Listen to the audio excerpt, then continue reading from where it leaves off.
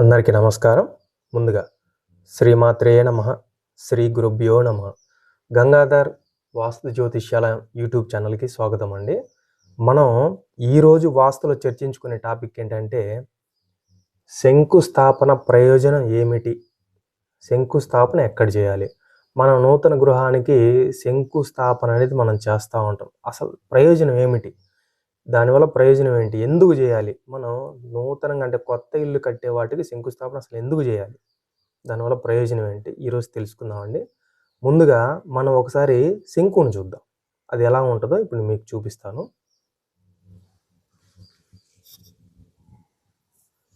ఇది శంకు అండి.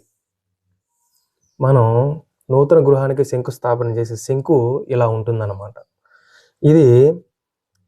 ఈ శంకు వచ్చేసి 12 అంగుళాల నుంచి మనం 10 అంగుళాల వరకైనా మనం తీసుకోవచ్చు.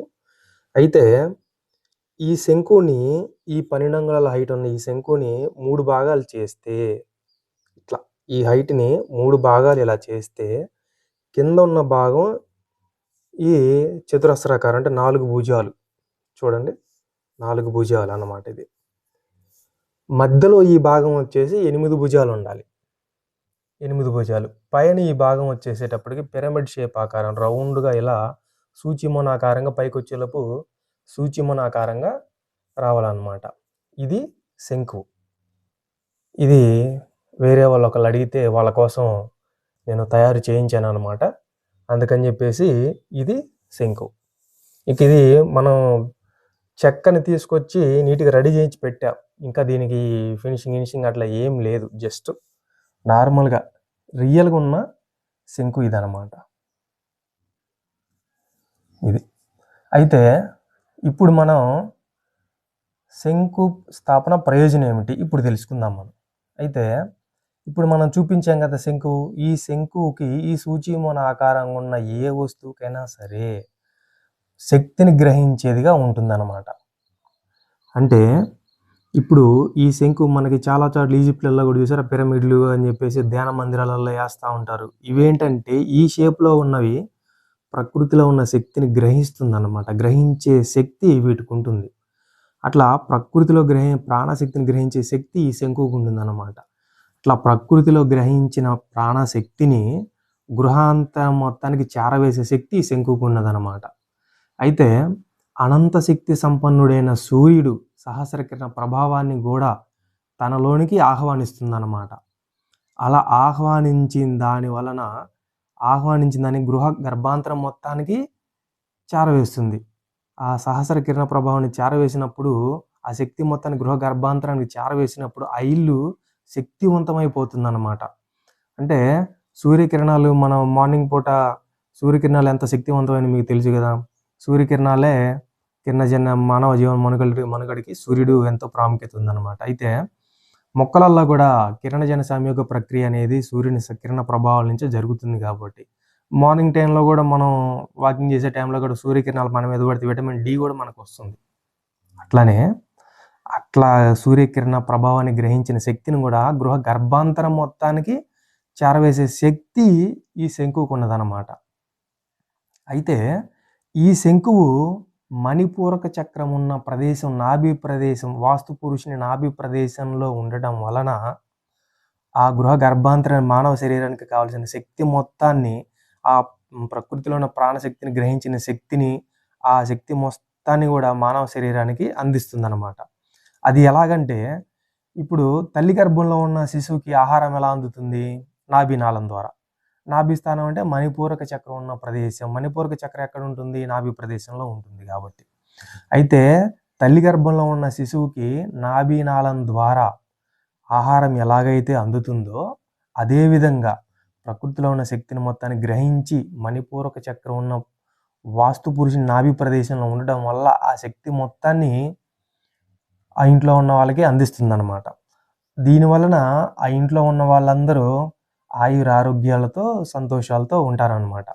అయితే ప్రకృతిలో ఉన్న గ్రహాల నుంచి కూడా శక్తిని గ్రహించి, ఆ శక్తిని గృహ గర్భాంతరానికి చేరవేసే విధానాన్ని ఋషులు అనుభవించి అన్వయం చేసి అది మనకి ప్రసాదించారన్నమాట. అందుకని చెప్పేసి ఈ శంకుకి ఇంత ప్రయోజనం ఉంటుంది, ఇంత శక్తి ఉంటుంది. అందుకనే మనం నూతన గృహాలకి శంకుస్థాపన కంపల్సరీ చేయాలి. చేస్తే ఆ ఇల్లు శక్తిమయం అవుతుంది. ఆ ఇంట్లో ఉండే వాళ్ళందరికీ కూడా పాజిటివ్ శక్తి ఉంటుందన్నమాట. ఆ పాజిటివ్ శక్తి వల్ల వాళ్ళు ఎప్పుడూ ఆయురారోగ్యాలతో సుఖంగా జీవిస్తూ ఉంటారన్నమాట. ఇది మనకి ఈ శంకుకున్న ప్రాముఖ్యత అనేది ఇదన్నమాట. అయితే ఇప్పుడు ఈ శంకుని ఎక్కడ స్థాపన చేయాలి అంటే, ఈ రోజులలో ప్రజలు కొంతమంది రకరకాల ప్రదేశాలలో శంకుస్థాపన చేస్తున్నారు. కొంతమంది ఈశాన్య మూలని, కొంతమంది సెంట్రల్ ప్లేస్లో అని. అసలు శాస్త్రంలో శంకుస్థాపన ఎక్కడ చేయాలని మనకి చెప్పారంటే, అది ఇప్పుడు నేను చూపిస్తాను చూడండి మీకు. ఇది మన స్థలం, అంటే మన నూతనంగా నిర్మించుకోవడానికి తీసుకున్న స్థలం. అయితే దీంట్లో మనం వేరే వాళ్ళ ఎవరి దగ్గర ప్లాన్ తీసుకున్నప్పుడు అతను మనకి ఏకాశితి పథం తీసుకొని అతను మనకి గర్భానికి 9 గ్రిడ్ వేసిన స్థలం అన్నమాట ఇది. అయితే దీంట్లో ఎక్కడ శంకుస్థాపన చేయాలి చూద్దామండి. దీనికి ముందుగా దిక్కులు చూడండి. తూర్పు వైపు, పడమర, దక్షిణం, ఉత్తరం. ద్విదిక్కులు తీసుకుంటే ఈశాన్యం, ఆగ్నేయం, నైరుతి, వాయువ్యం. ఇప్పుడు ఈ స్థలంలో మనం ఈశాన్యం నుంచి నైరుతి వరకు ఒక లైన్ తీసుకుంటే ఇలాగా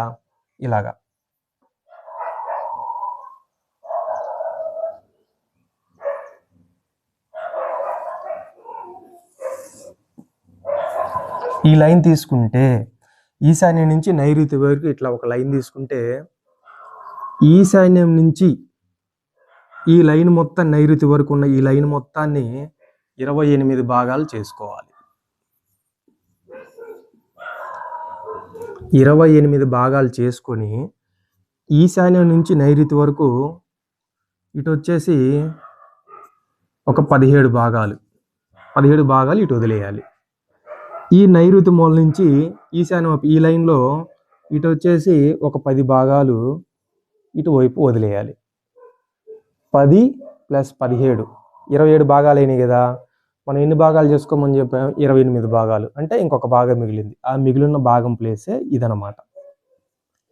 ఈ ప్లేస్లో మనం శంకుస్థాపన చేయాలి. ఇది నాభి స్థానం. వాస్తు పురుషుని యొక్క నాభి స్థానం ఇదన్నమాట.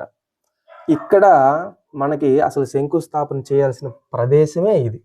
అయితే ఈ రోజులలో చాలా మంది ఏం చేస్తున్నారు, ఇక్కడ వచ్చేసి ఈశాన్యంలో ఈ మూలన ఈ పిల్లర్ కింద ఇక్కడ శంకుస్థాపన చేస్తున్నారు.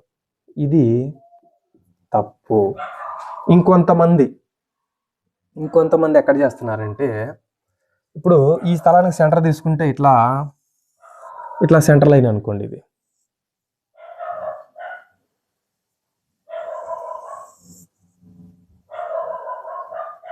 ఇట్లా సెంటర్ లైన్ తీసుకుంటే ఈ సెంటర్లో శంకుస్థాపన ఇక్కడ చేస్తున్నారు. ఇది కూడా తప్పు. శంకుస్థాపన మనం చేయాల్సింది నాభి ప్రదేశంలో. ఇది జాగ్రత్తగా గుర్తుపెట్టుకోండి.